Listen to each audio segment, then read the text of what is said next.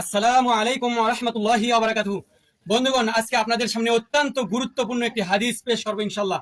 মহান আল্লাহ সুবহানাহু ওয়া তাআলা ধনী গরিব সবাইকে প্রত্যেক দিন 5 বার হজের সমান নেকি অর্জন করার সুবর্ণ একটা সুযোগ আল্লাহ সুবহানাহু ওয়া তাআলা দান করেছেন।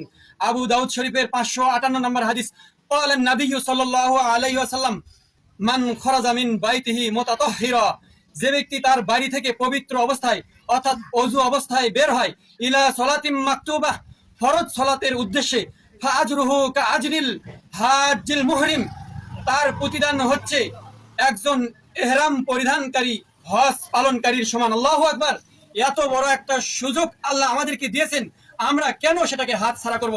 আল্লাহ সুবহানাহু ওয়া তাআলা যেন আমাদেরকে বিষয়টি বোঝা এবং সেই অনুযায়ী আমল করার তৌফিক দান করেন, আমিন ইয়া রাব্বাল আলামিন। বন্ধুগণ, পবিত্র কোরআন এবং সহিহ হাদিসের বাণী প্রচারের কাজে সহযোগিতা করতে আমার পেজকে অবশ্যই ফলো দিবেন ইনশাআল্লাহুল আজিজ। আসসালামু আলাইকুম।